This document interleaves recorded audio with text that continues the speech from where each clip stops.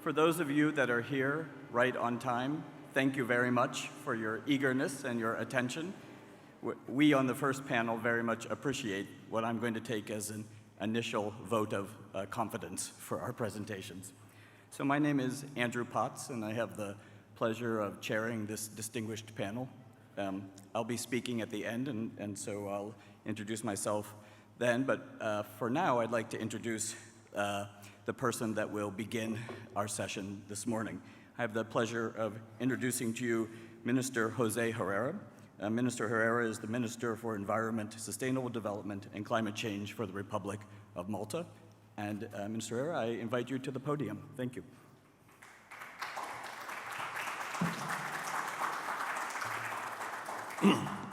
Good morning. First of all, the subject interests me from a twofold perspective. Before, I was Minister responsible for culture and patrimony in Malta, and I could see with my own eyes the investment my country made, and I will explain a bit, on mitigating measures to try and protect our patrimony from the negative repercussions of climate change.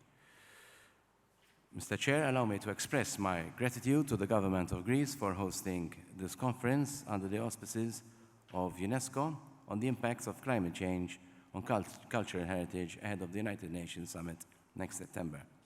When considering the impacts of climate change, we are in fact addressing both environmental and socio-economic development issues.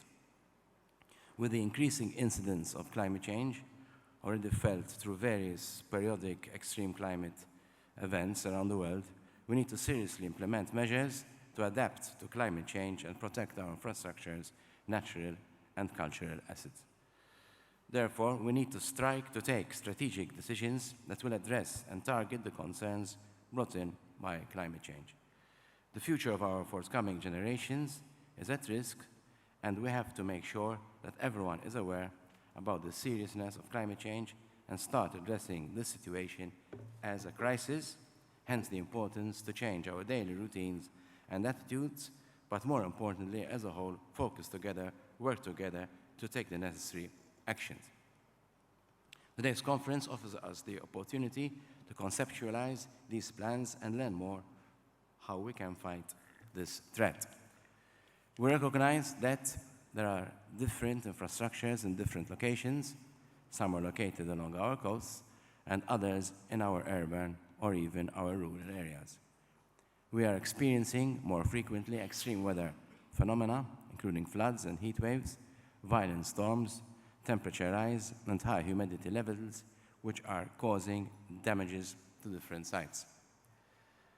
Adapting to climate change is not just a priority, but should be our commitment as Europeans.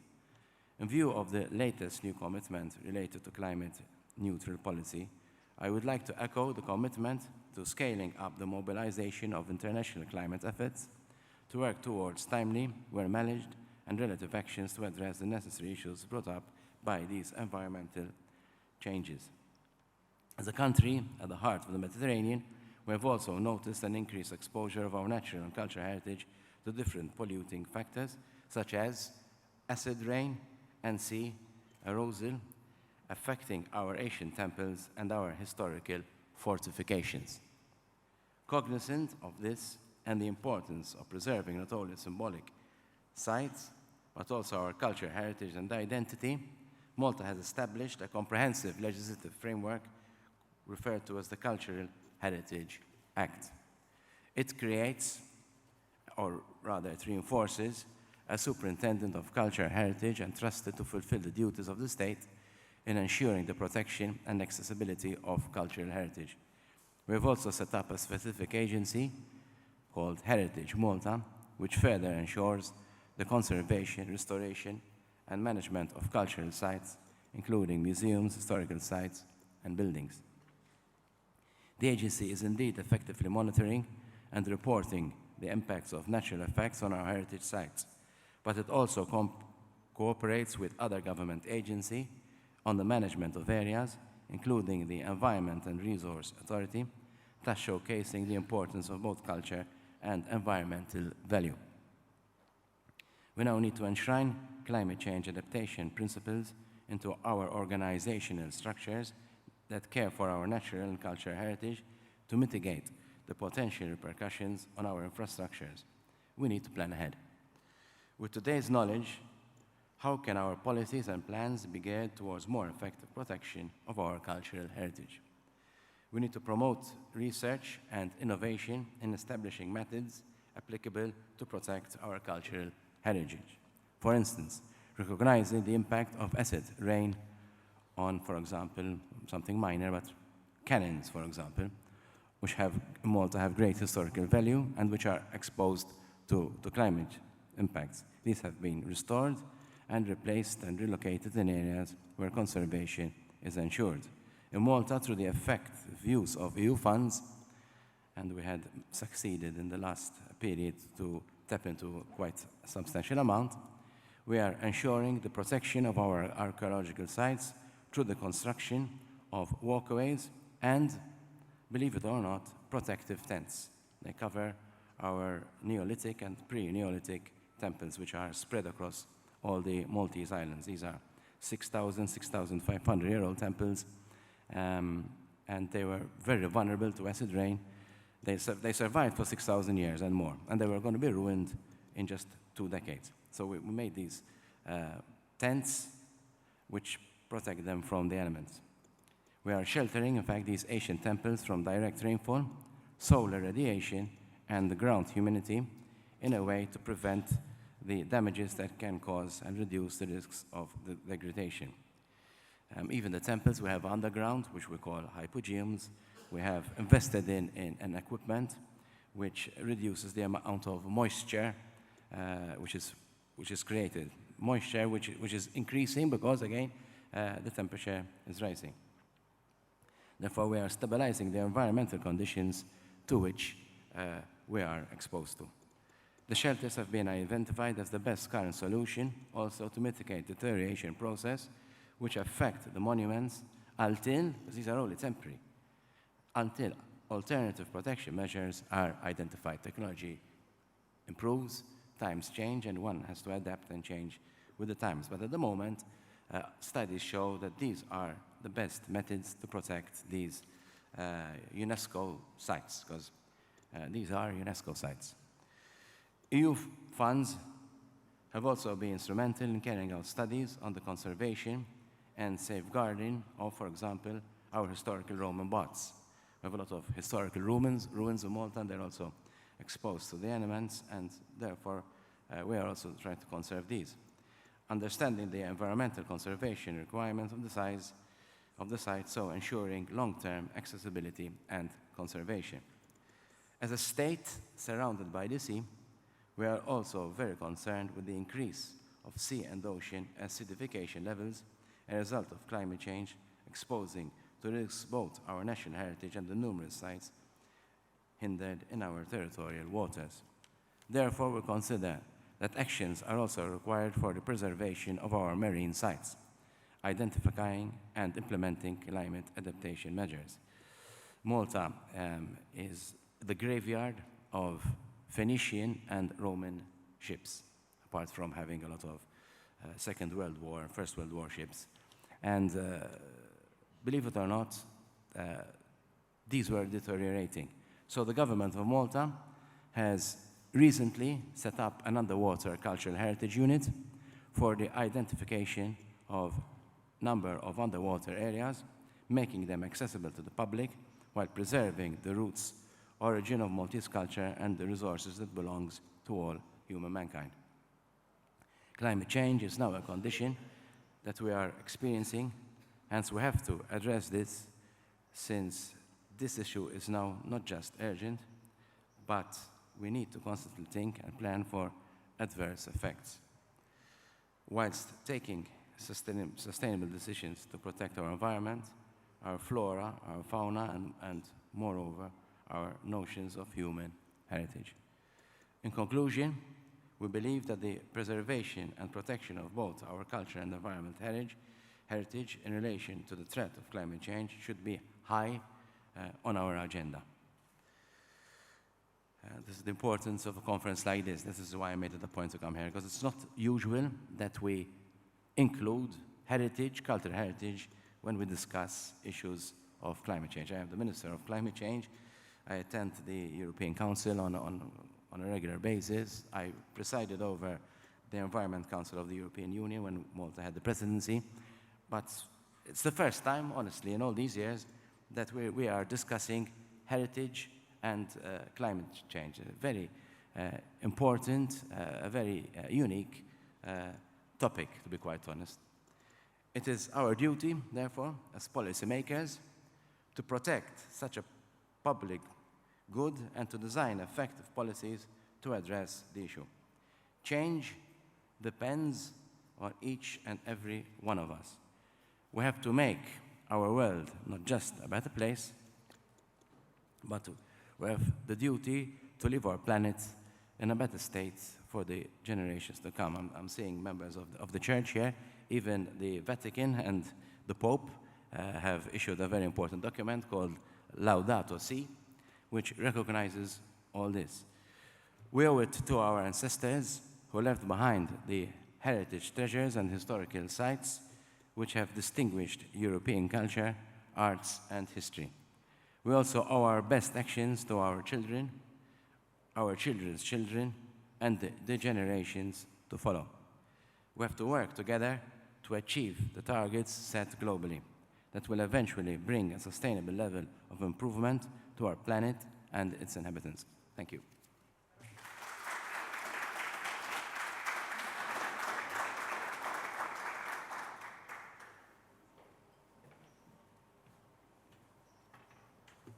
Well, thank you very much, Mr. Herrera. We've been talking a lot yesterday about the need for interdisciplinarity.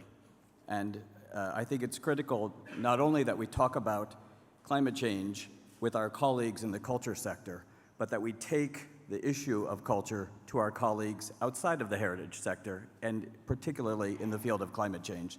So I can't think of anything more important than having a Minister of Climate Change in this heritage conversation. And so thank you, Mr. Herrera, for joining us. I next want to introduce Mr. Giovanni Boccardi. Giovanni is the Program Specialist in Culture and Emergencies in the Emergency Preparedness and Response Unit at UNESCO. Giovanni?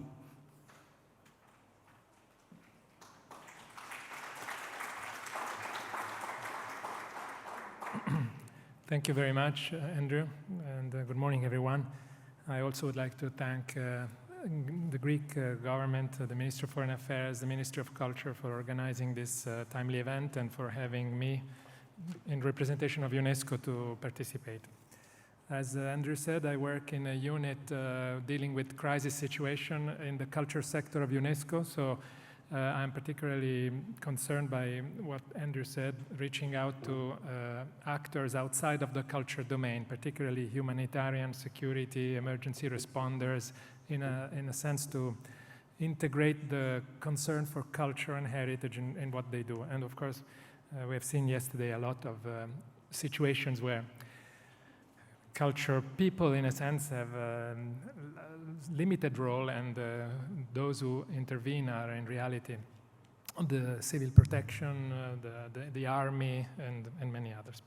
So my job today is to briefly introduce the UNESCO work on climate change. UNESCO, of course, as you know, is not a research institution, it's not even a government, so what we do is to set standards, develop international policies, convene people around a table to discuss, facilitate the sharing of information. And so what I'm going to discuss is policies and capacity building initiatives and some pilot projects that we are supporting, which are aimed at disseminating best practices. First of all, I would like to remind you that, of course, UNESCO is not just culture. In fact, culture is not even its most important program. And climate change as a theme affects all of the sectors of UNESCO. And indeed, there is a UNESCO task force on climate change that works on this topic cross-sectorally. So some of us in each sector are part of this task force, and we constantly meet and share because of course there would be something that we from the culture point of view can contribute to those working in education or in science, social sciences, and the other way around. UNESCO has a strategy for action on climate change, as I said, cross-sectorally, which has been adopted already in 2008, but recently revised and endorsed by our governing body, which is the General Conference of UNESCO in 2017. It spans 2018, 2021. And of course, it was revised to take into account the Paris Agreement. It has 4 thematic areas of action, and interestingly, one of these, which I've highlighted in red, is about the culture sector. So the idea is to make sure that cultural diversity and cultural heritage are safeguarded and also leveraged to adapt and mitigate climate change. In addition to this policy, there is a declaration of ethical principles in relation to climate change that was also adopted by the 193 member states of UNESCO at the last General Conference in 2017. This declaration is interesting because it addresses the humanistic dimension, the deep reasons why we should act in relation to climate change. So it comes as a sort of complement to the hard science, the policies that are discussed in the Climate Change Convention, to look at this problem from a more, if you wish, moral perspective. And this is something that I think corresponds to the UNESCO's mission and mandate, and so we think it's quite important. You see there 6 principles that are enshrined in this declaration. Now, coming to culture, of course, all the UNESCO cultural conventions in one way or another celebrate the harmonious interaction between humans and their environment, their natural environment. So they all advocate for the fundamental need to preserve and celebrate this balance. And obviously climate change is a major threat to this balance. Just to stay on the World Heritage Convention, in the annual reports that we prepare and examine every year at the annual sessions of the World Heritage Committee, between 2007 and 2017, we have counted 154 reports on 38 World Heritage properties that were located in 33 states, which were all about climate change impacts. So in the World Heritage context, a lot of work has been done, as we have seen yesterday in some slides.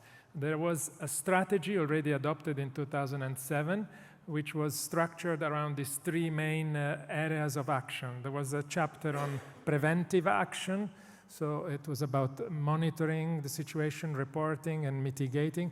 There was a chapter on corrective actions. How do you adapt and how do you manage the risks when climate change impacts are already present? And then there was a 3rd chapter about sharing knowledge, which promoted research, education, training, and awareness raising with a series of proposed actions that were there. So in 2007, more or less, most of what we are discussing about was already stated.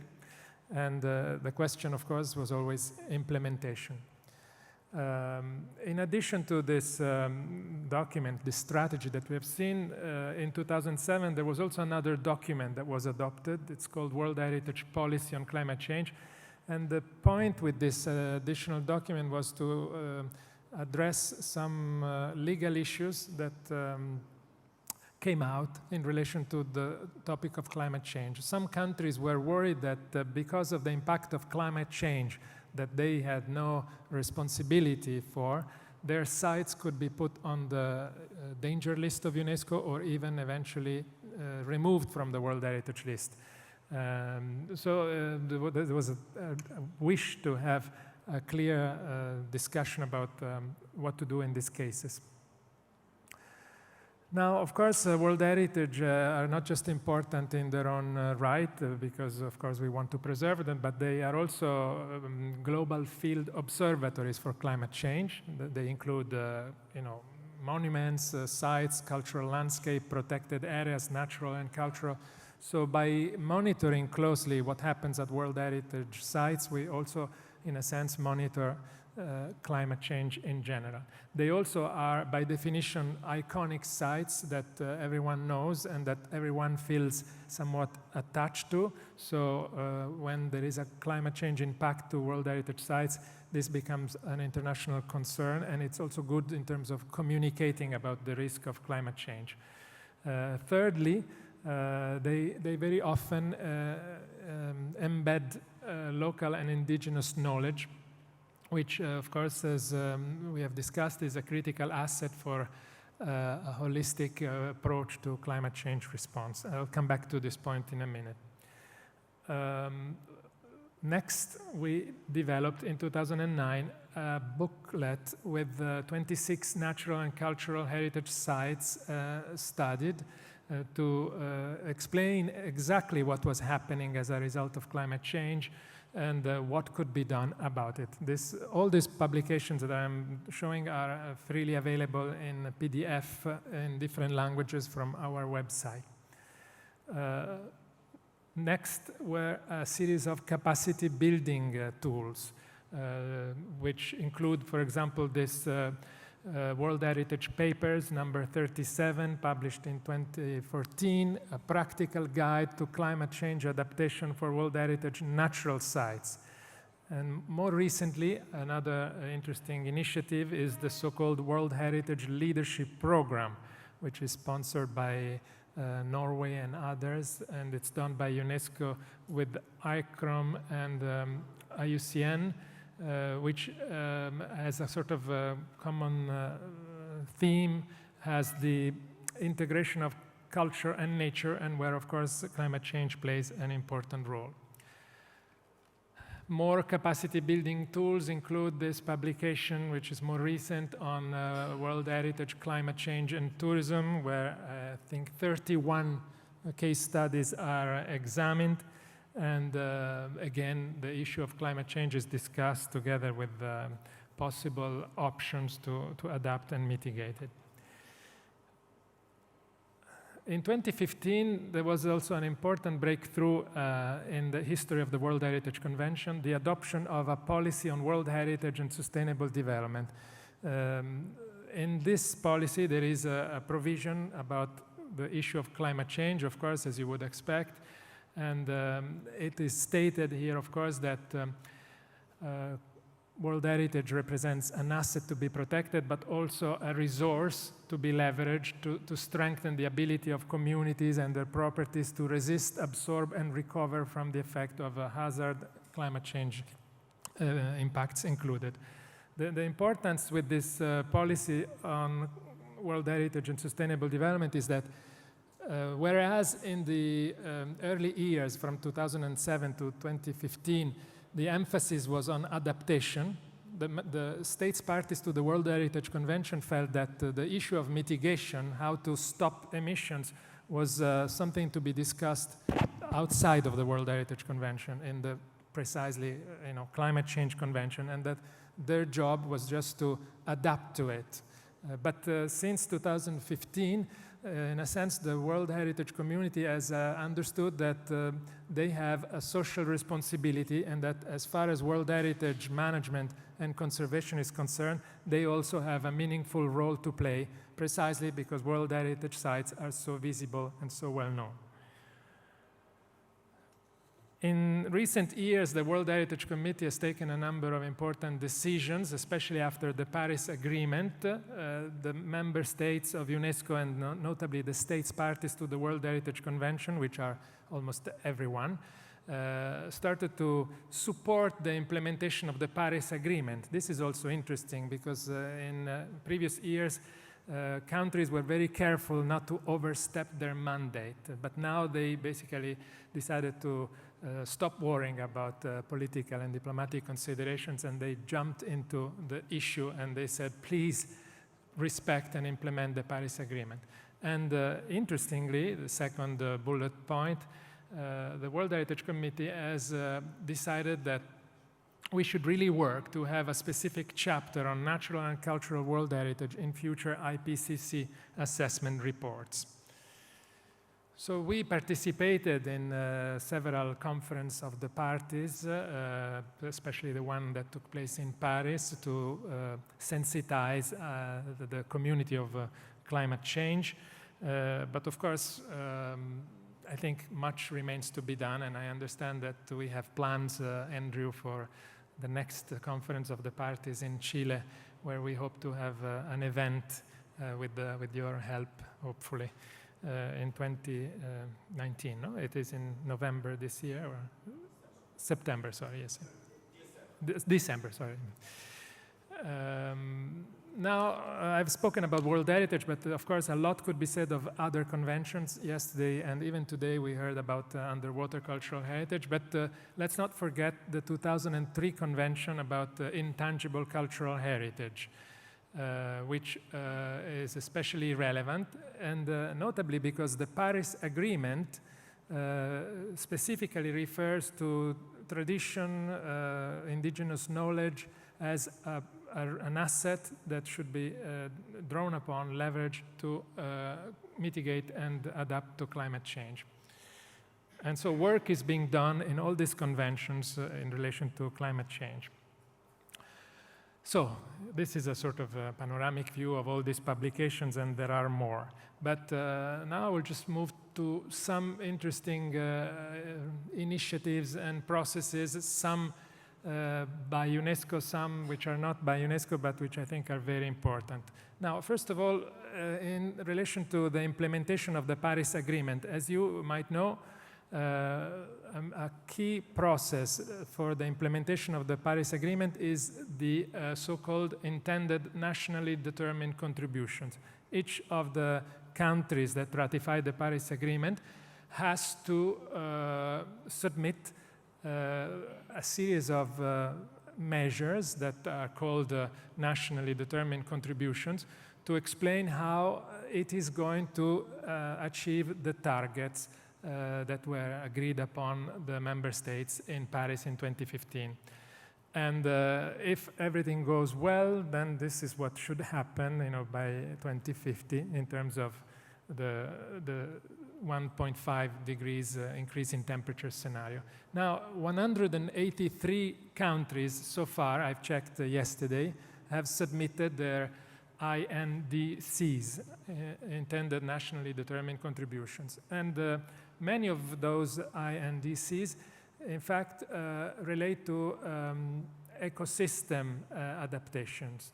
So they draw on nature and on a virtuous relationship with the natural environment to help each country to achieve those targets, and they represent their contributions. So the question that I think would be important for us as a community of cultural practitioners and cultural heritage experts is, where does cultural heritage fit in this INDS? If we, for example, worked on defining exactly what could be the specific actions that our government could take, and then work with the relevant ministries. Well, in Malta, I'm sure that this will happen because the minister is already fully sensitized and committed. But in many other countries, probably governments are preparing their nationally determined contributions, but are not aware that culture could make a significant contribution. So this is one thing that I wanted to mention. The second thing is a UNESCO project in 6 countries in Africa. It's about communicating indigenous knowledge in adaptation.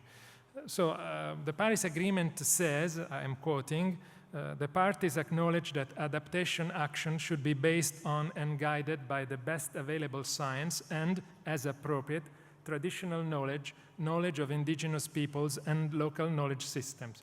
So UNESCO worked with the countries of Burkina Faso, Chad, Ethiopia, Uganda, Tanzania, and Kenya to harness this traditional knowledge through research and consultation in a way to help these countries draw on this wealth of capacities and resources and include this traditional knowledge into the national adaptation plans, or NAPs. This is also a jargon of the Paris Agreement, so that these national adaptation plans include, and I'm quoting again, place-based and context-specific adaptation solutions with community involvement. So there is a huge scope for work, not just in Africa, but anywhere in the world, and probably even in Europe, if government wanted to do this. So this is just a pilot. Another interesting initiative is by the University of the Highlands and Islands Archaeological Institute at the Orkney College in the United Kingdom.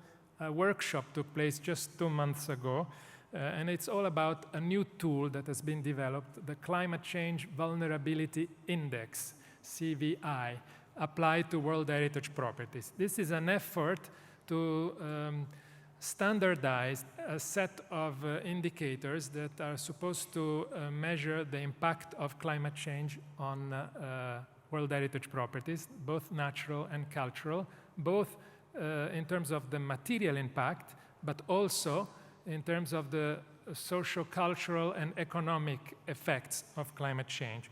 And the result of this initiative will be presented next week in Baku, Azerbaijan, where the next session of the World Heritage Committee is taking place, with the recommendation that this CVI becomes a world standard for measuring the climate change risks to World Heritage sites. So I think yesterday someone was observing that it's extraordinary that we do not have yet sufficient data that are comparable. So this is an attempt to address that gap.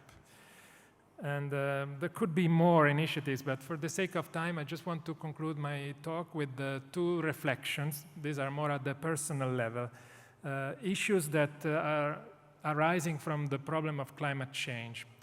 The first one is that climate change, of course, poses unprecedented challenges because it disrupts this balance between humans and nature that has been there for thousands of years and presents new situations that we have to face. One of which is, for example, the issue of forced migration. And you probably read on the newspapers last week that there are now 70 million refugees all over the world. The highest number ever since the Organization of Migration started to count them. So the question is now, what do we do about these people and their cultural rights? So the rights to access, enjoy their cultural heritage, to participate in a meaningful cultural life of their choice. Okay, one thing is to preserve a World Heritage site, but when this is not possible and when those people have to move, I think it is our duty to follow the people and not just worry about the things.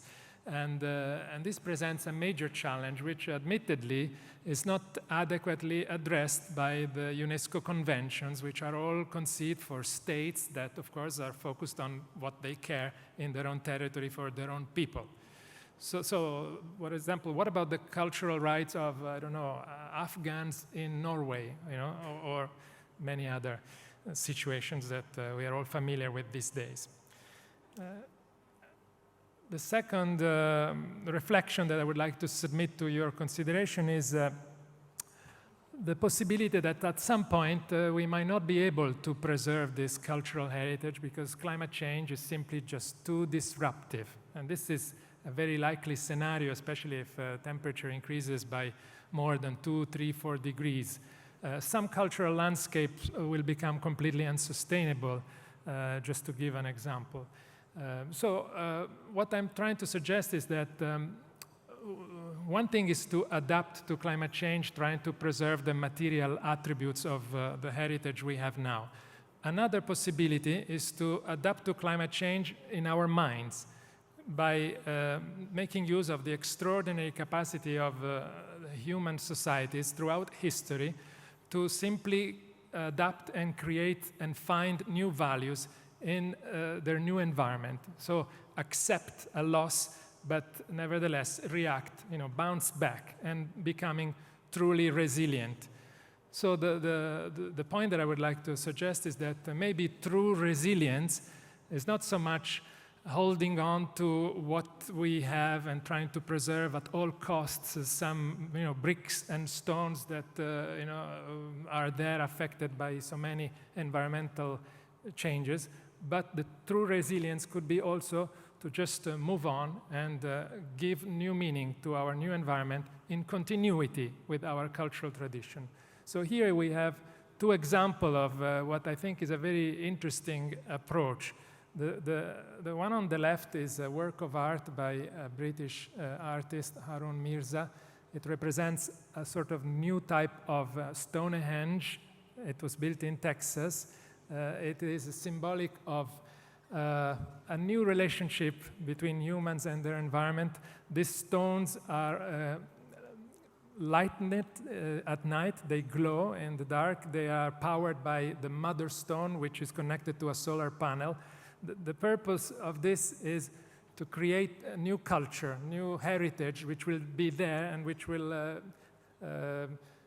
adjust to a completely changed environment and reaffirm our wish to continue our human tradition, although everything is new there.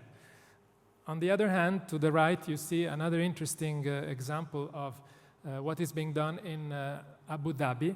It's the city of Masdar. It's a completely green city with zero emission, completely powered by solar panels. If you look at it, it's a bird's eye view.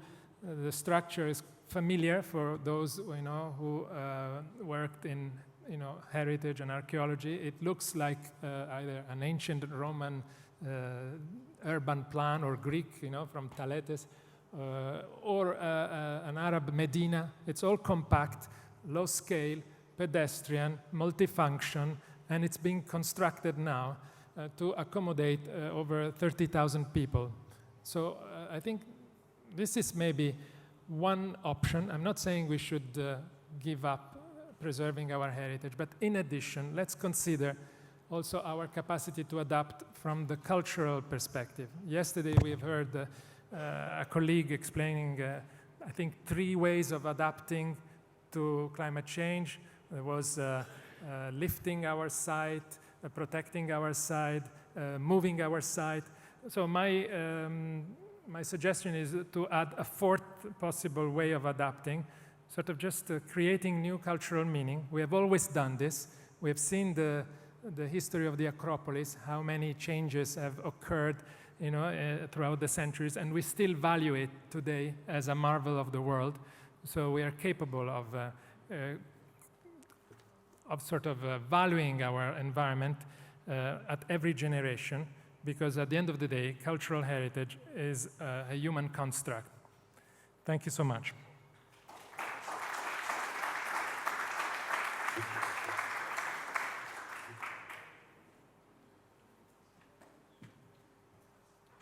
Well, thank you very much, Giovanni, for that far-ranging, thoughtful intervention.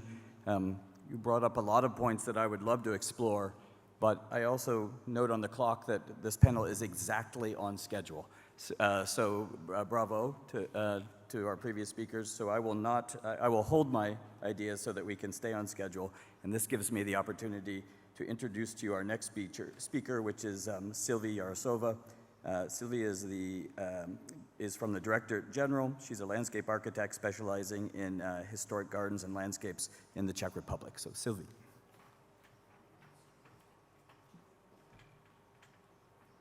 Good morning.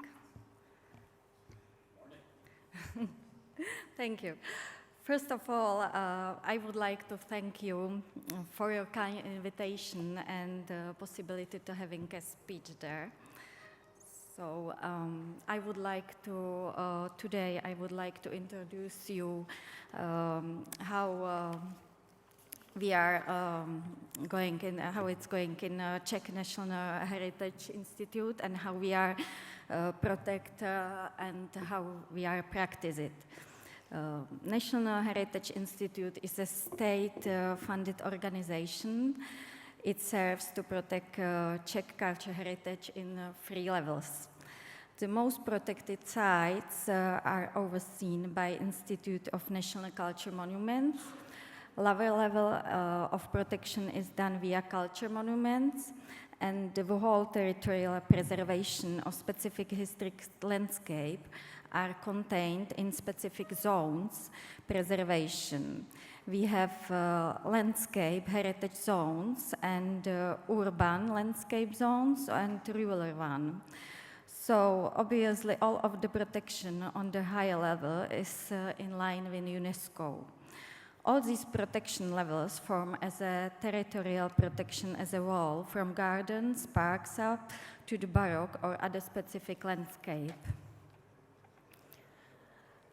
Czech Republic has 4 different kinds of landscape protection. First 3 of them are supervised by Ministry of Environment, and the last one, it's I think it's orange, but it seems to be brown there. It's landscape heritage zones, and they are run by Ministry of Culture and our law of monuments and culture heritage. I have to mention that in the past we had both protection in one department together, and they got split only recently. So of course at the moment we are working out what's the right way, how to cooperate again.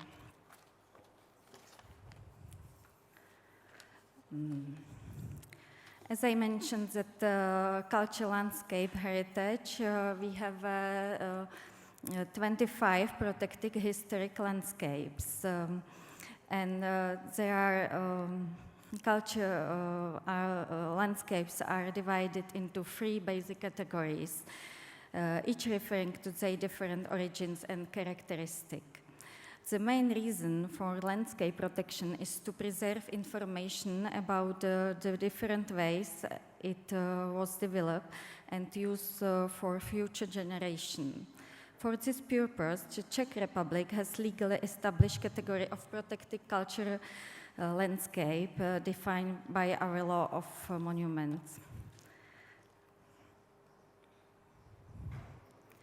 Only its last edition has seen the declaration of mining landscape, which includes significant areas in the Ore Mountains associated with the exciting mining practice of non-ferrous and precious metal. The European Landscape Convention has been part of the legal order of the Czech Republic since 2004. The oldest culture historical landscape is Austerlitz, and it was established in 1992, and it's well known like a Battle of Austerlitz, also known as Battle of the Three Emperors. The newest one, called Kladrubské Polabí, has been established in 2015. And it's a unique example of the formation of use of the landscape based on the horse breeding. It also includes historical water management systems. Now the climate changes in Czech Republic. At present, we are confronted by many aspects of changing climate, like increasing high-level temperatures as well as a lack of rainfalls. Our average annual air temperature increased approximately about 1 degree. Rainfall became more extreme and its intensity will change a lot. Summer temperatures became higher and they often reach up to 35 degrees with long period without any rainfall. So now about adaptation to the climate changes. Climate changes, as we thought before, they directly as well as indirectly influence our health and lives of the population and environment and property. including national heritage property. So Czech Republic, having a strategy on adaptation climate change, and it's now being actualized. The works should be done till next year. We adopted by the year of 2015. So nowadays there are 10 areas or let's say sectors of interest. It's water regime in landscape and it's water management, forest management, agriculture, transportation, health and hygiene, urban landscape, biodiversity and ecosystem services, tourism and recreation, industry and energy, emergency event and protection of the population and environment.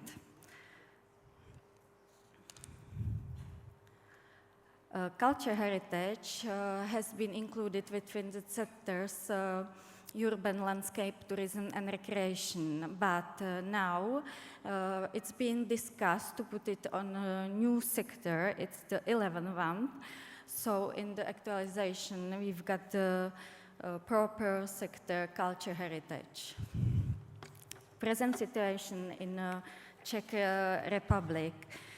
The impact of the climate change is evident in many aspects and terms of manifestation of excession drought and slow global warming with direct impact on groundwater levels.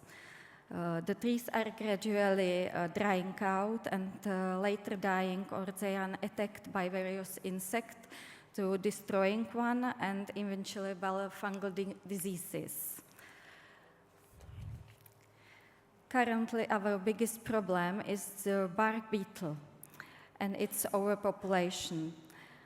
They have destroyed whole areas of our landscape.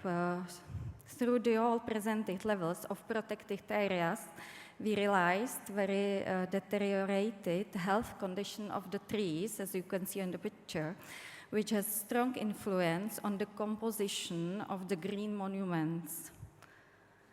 In the past, we had the same problem with another species, and it's called moth, it's Limatria monarcha.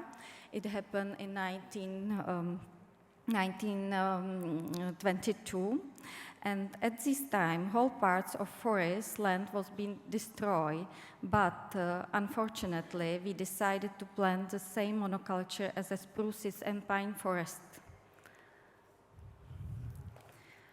The drop in groundwater is reflected not only in the vegetation component of the monuments, but also in the buildings. Climate changes also bring very fast and intensive damages, especially after windstorm and floods.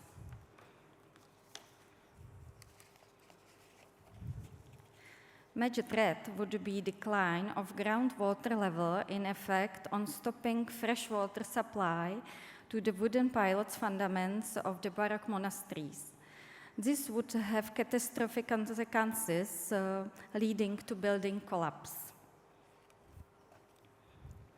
And now something about solutions. I want to introduce you some projects which support to alignment with the impact of climate changes.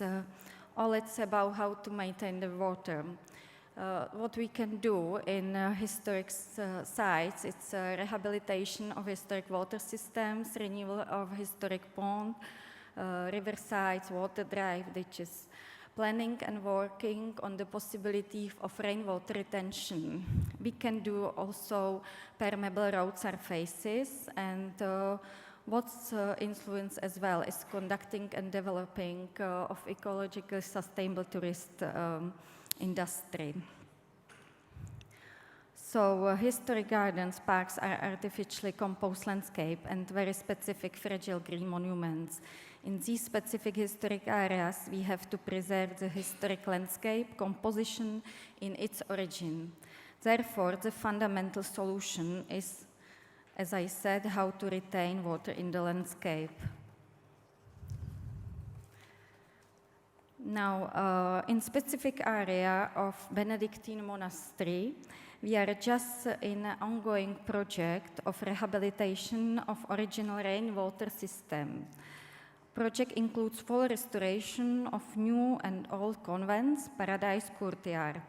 We decide to use old water system and in the middle of it paste a new water tank. This will be situated under the middle of the Paradise Courtyard. A dominant feature of the grounds is a Church of Assumption of the Virgin Mary, rebuilt by Blažej Santini Eichel in the Czech Baroque Gothic style. So on this picture you can see in the middle, this is the Paradise Courtyard, which has been part of the rainwater system. So the other important buildings in the monastery grounds is the new convent building according to the project by Kilian Ignaz Diesenhofer. The monastery was dissolved by Joseph II in 1785 and up until the end of the World War II. It was used by Princess in Windischgrätz family. Now you can see the project of renewable historical water system and the courtyard. So there is water canals, and on the right picture there is a project of a new Paradise Courtyard with retention tank in the middle, and it's situated in historic water well. Another project has been done, so this is a renewal of historical ponds, riversides, water drives, and ditches. Determining phenomenon of that predisposed many of current features of the place was the river Elbe, and the creative force of its course is the floodplains. The gradual long-term cultivation of the design landscape focused mainly on the grazing of horses and planning of the 3 avenues along the road and stream. This is the landscape, as I said, for breeding and training of ceremonial carriage horses, Kladruby nad Labem, which has been nominated to UNESCO as a specific cultural landscape for horses. So now you can see how it looks before revitalization and after. The aim of the adjustments carried out in 2006 till 8 and was to revitalize the Wiening river system and their inflow through interconnecting watercourses and driveways. For this purpose, the water supplies by the Kladruby race from Opatovitsky water drive, and work has been done thanks to grant and cooperation with Ministry of Environment. Another renovation in the same place, Kladruby nad Labem, is the renovation of historic pond, and it's now ongoing project. And plans include rehabilitation of a historic technical artifacts as well. Another example is on the north of Czech Republic. It's a Castle Friedland and historic water system renovation, and it has been done in 2015. The National Heritage Institute received a decision to grant subsidy from the Ministry of Culture of the Czech Republic for the overall restoration and revitalization of the pond. The reason for this was mainly the unsatisfactory state of the bank tumbling, but also the problems with the sluice gate and the old mud deposit. Now, ongoing project is the historical restoration of Castle Gardens with whole water system in Perchstein. The goal is to restore the manor house ornamental garden and Perchstein Castle to state it has been at the beginning of the 19th century. The garden belongs to the 15 most important gardens in Moravia and Silesia. Now you can see the works. Extensive renovation includes whole water system with lots of ponds, water tanks, pools and canals. What we can do as well, we can make a permeable road surfaces as its origin has been placed in historic sites. So this is the sandy and soil surfaces. That surface can be easily withstand with cyclists, utility vehicles, or even cars. It should be a load capacity of 7.5 tons and still have to be cohesive surface, which is impossible to damage by erosion. So due to this, we have partnered with a German party. So we realized this water permeable surface in our historic area Petřín. It's our little Tulefer in the middle of in the center of the Prague. This surface is 100% permeable and encourage great tourist species. It can be led, as you can see, tightly to the trees. Another project with the same surface is in Průhonice Garden, and this is the park of Silvatarouka. The natural park area, it's about 250 hectares, was founded in 1885, and now it's the Institute of Botany housed here. So what is the main task as well is we are talking about ecologically sustainable tourist industry, let's say soft tourism. That's about that Czech heritage areas are living tourist attraction. Obviously, the tourism is the main income for monument sustainability. Our protected areas, especially historic parks and gardens, are still free of charge. No admission fee income cause high demands on maintenance and sustainability. We are having big social as well as political troubles to explain visitors and local inhabitants without a proper and united visiting rules as fencing Karza, we are not able to sustain and protect our heritage. Thank you for your attention.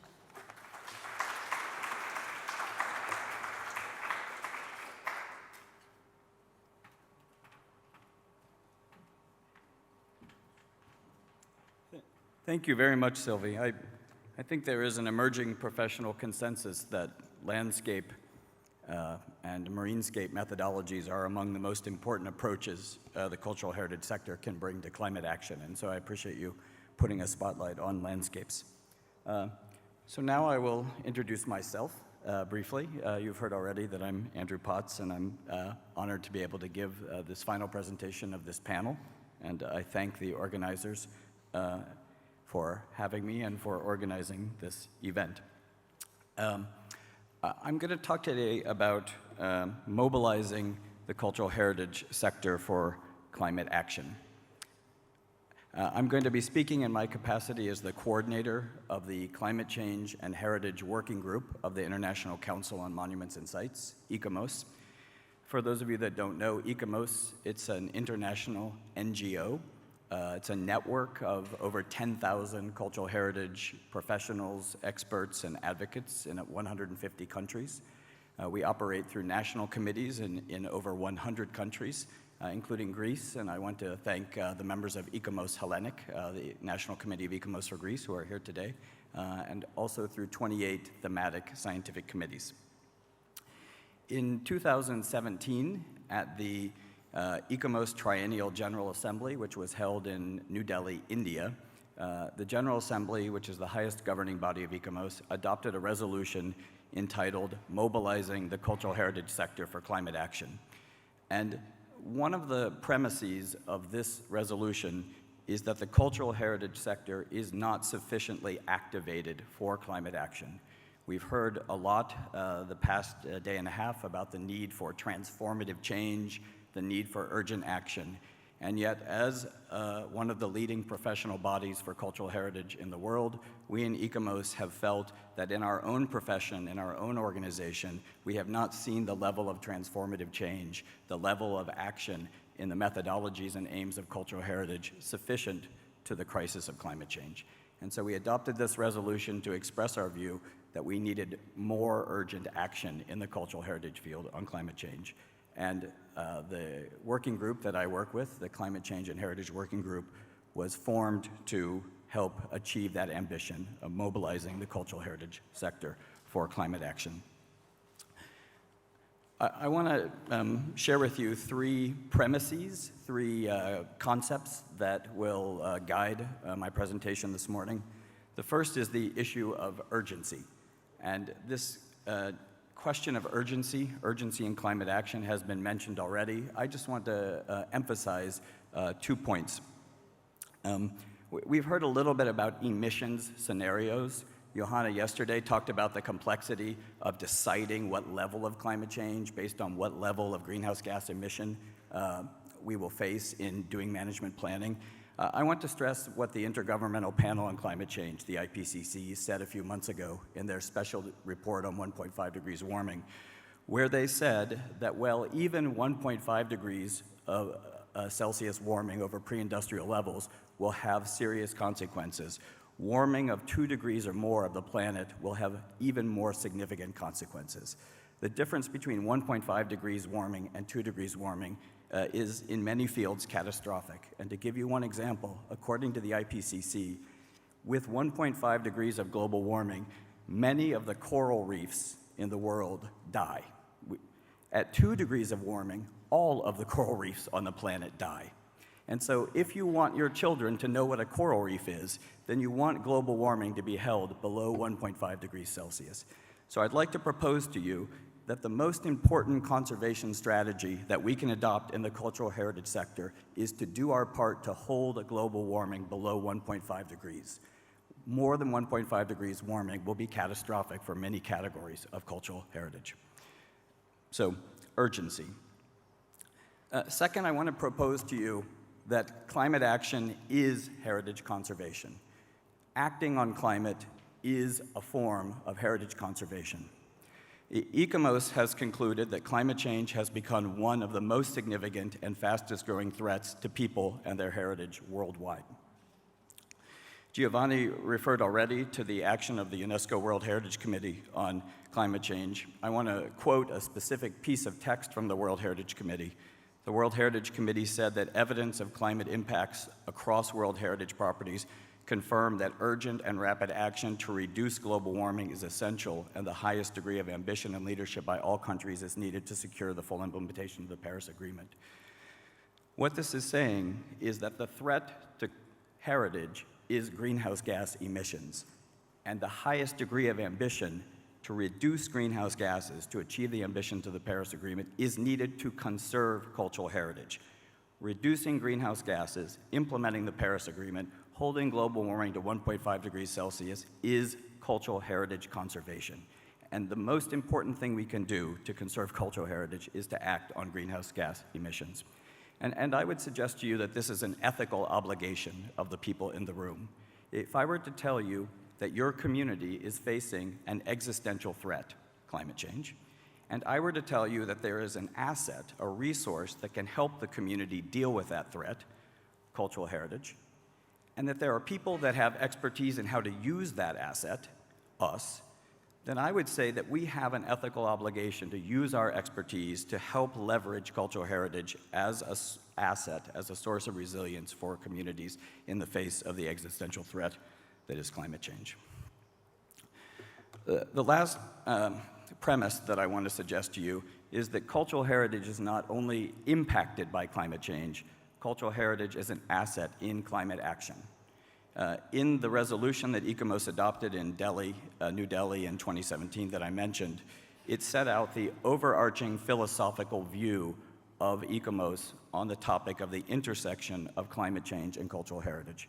Namely, that cultural heritage is both impacted by climate change and a source of resilience for communities, that heritage sites, intangible heritage, knowledge and practices constitute an invaluable repository of information and strategies to address climate change, and that cultural heritage-based solutions to greenhouse gas mitigation and climate adaptation can be incredibly important.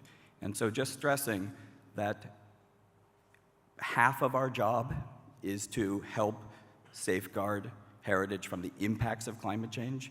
The other half of our job is to use what we know about heritage to help communities act on climate. So, I've tried to say a couple times now that I think cultural heritage is critical to acting on climate.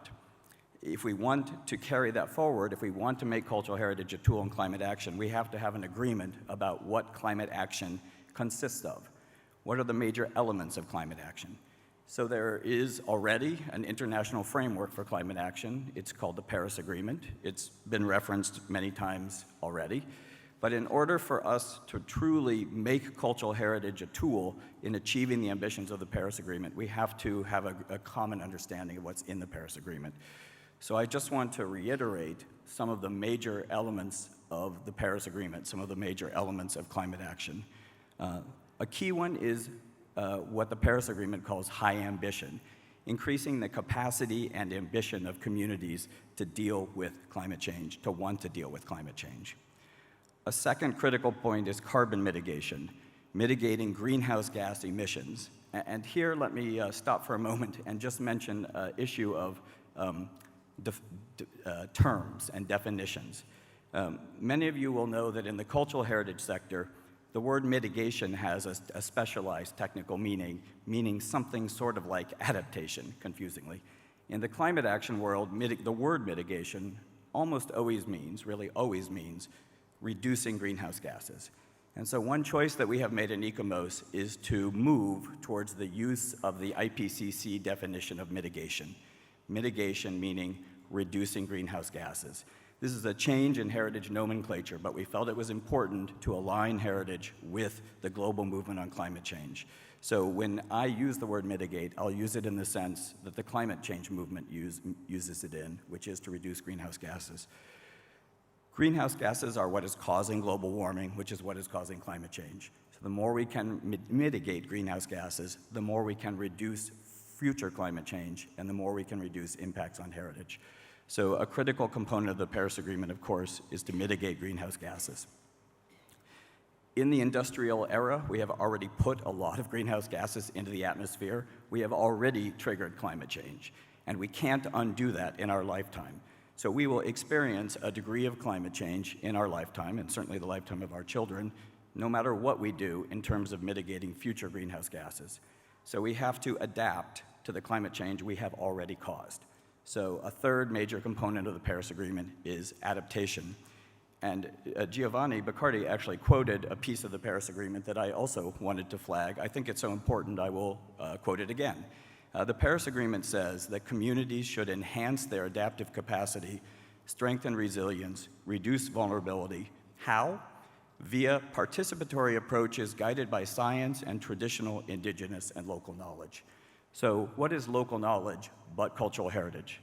And so this is a direct entry point for us in the Paris Agreement. It asks us to use what we know about the heritage of communities as a tool in adaptation. And then finally, loss and damage. Climate change is already happening, and there are limits to the adaptive capacity of humans and communities. It would be naive to think that we have the ability to adapt to all the change that we are going to experience. When a community, when an asset, when a site reaches the end of its adaptive capacity, it experiences loss. It experiences damage. We are already seeing the loss and the damage of heritage values and other values. And so we must prepare for loss of heritage and damage to heritage. And so helping communities plan for, prepare for loss and damage, including loss and damage to heritage values, is another key aspect of responding to the Paris Agreement. So how does heritage contribute to each of these elements of the Paris Agreement? Because time is short, I won't give you a long list of examples in each of these categories, although I could, and I think many of you could as well. But just to say that there are a variety of strategies that allows heritage to contribute to the achievement of each of the goals of the Paris Agreement. So, for example, catalyzing ambition. How do we use the power of iconic heritage, the love of place, to motivate people to act on climate? How do we use cultural tourism to teach people about the impacts of climate? How do we promote local wisdom as a source of knowledge on dealing with climate change? Many of these ideas are discussed, fewer of them are acted upon. So, for example, under the Paris Agreement, there has been established a framework for technology transfer, transferring technologies around the world between communities, technologies that can help deal with climate change. The Paris Agreement expressly says that one form of climate change technology is what it calls endogenous capacities, means things that local people are already good at. So again, this is a cultural heritage entry point. But how often do we really focus in the identification of heritage on the values and elements of heritage that are useful to communities in dealing with climate change? And how often do we actually take the next step of submitting that technology, local wisdom, to the technology transfer mechanism of the Paris Agreement? That's what it would look like if we were really robustly engaged in the global climate action effort. Of course, adaptation. I think many of us are most comfortable in the climate change space in talking about the role of heritage and adaptation. A key thing about heritage is its ability to make the adaptation process people-centered. And so I would just encourage you to engage in adaptation planning processes to the fullest extent possible. Of course at heritage sites, but what about community-wide? What about regional? What about national? I was thrilled, Sylvie, to hear that Czech Republic is considering adding a heritage chapter to its national climate adaptation plan. How many of you come from a country where there is a cultural heritage chapter in your national climate adaptation plan? It can't be very many of you because not very many countries have this. So a very easy starting point is to go home and work for a cultural heritage chapter in your national climate adaptation plan. Moving on to carbon mitigation, I've already mentioned that in my opinion, mitigating carbon so that we hold global warming to below 1.5 degrees Celsius is one of the most important things that we can do in this room. How is cultural heritage a vector for mitigating carbon? ICOMOS is coming out with a white paper that we will release in Baku at the World Heritage Committee that identifies 8 major categories of actions the cultural heritage community can take to help hold down greenhouse gases. Many of them have been mentioned in this conference, even one that's quite important but rarely mentioned in cultural heritage circles, which is carbon removal, carbon sinking and sequestration, mentioned yesterday. What's the role of indigenous land tenure and forest management in carbon sinking, for example? Retrofitting buildings for energy efficiency and facilitating the siting of renewable installations and landscapes in historic neighborhoods is one. The one I will mention, because I don't think it's come up yet in this conference, is tourism. Tourism is one of the fastest growing sources of greenhouse gas emissions, especially long-haul international tourism. And so if you're promoting tourism, if you're promoting the increase in visitor loads, you are adding greenhouse gases to the atmosphere.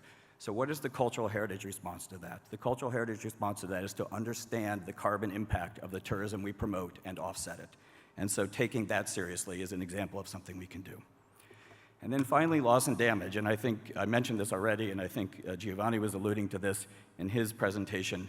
But just to reiterate that being mature and frank and helping communities plan for the heritage that we can't save is an important part of our job. I want to say something briefly about sustainable development. The idea of cultural heritage is incorporated into global sustainable development frameworks like the SDGs. Reference was made yesterday, for example, to SDG 11.4. And I think the cultural heritage sector has done a pretty good job of trying to take on board sustainable development and show the role of cultural heritage in sustainable development.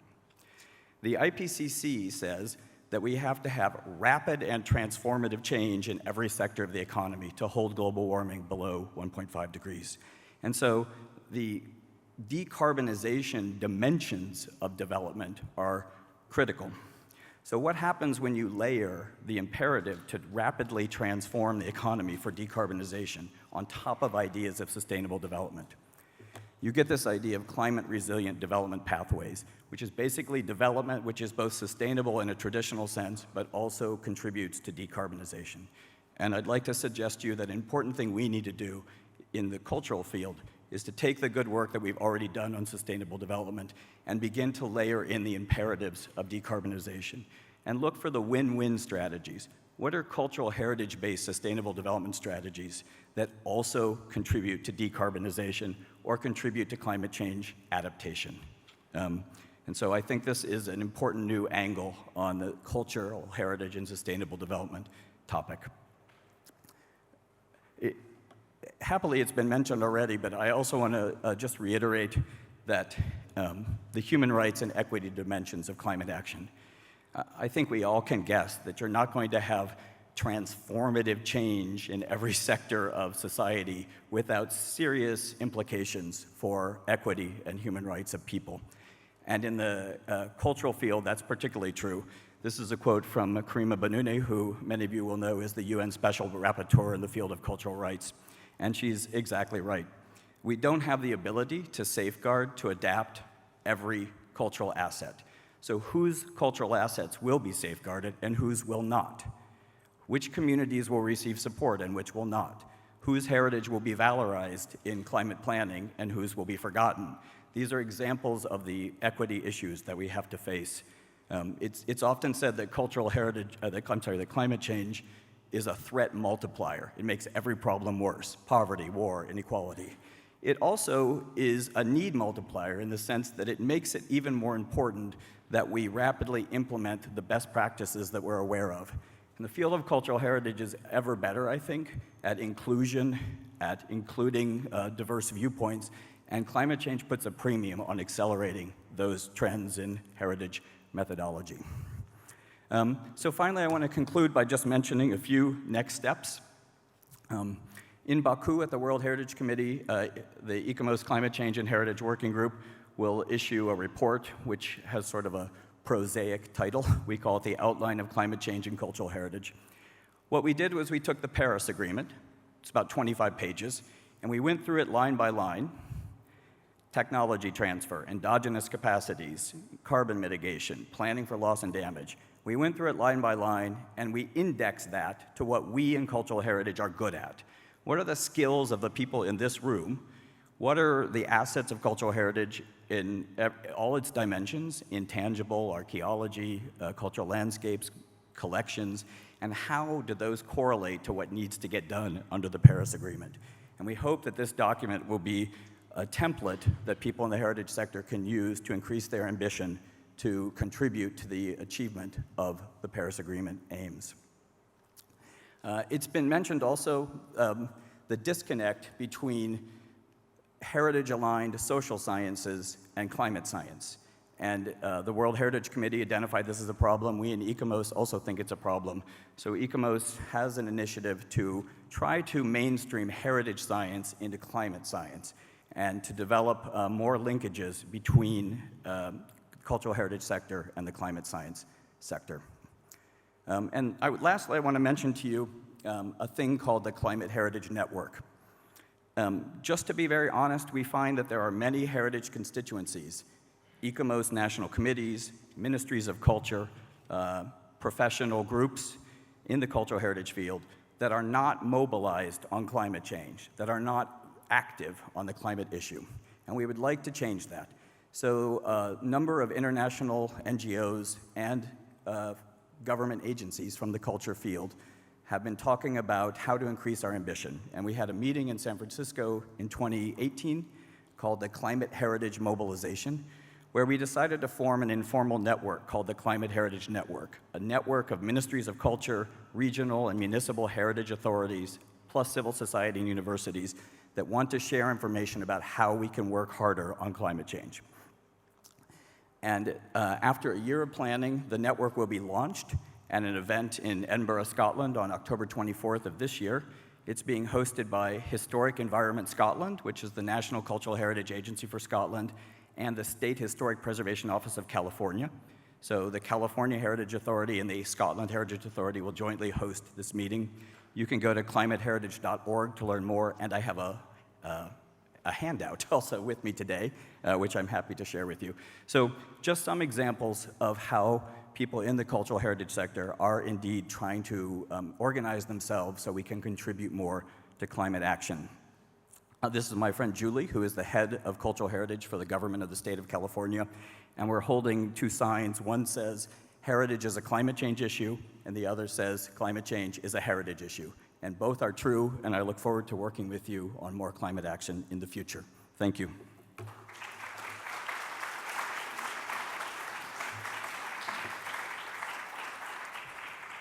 So we're 2 minutes over schedule, which is entirely my fault because the 3 preceding panelists were perfect. So please, just one more round of applause for our other panelists.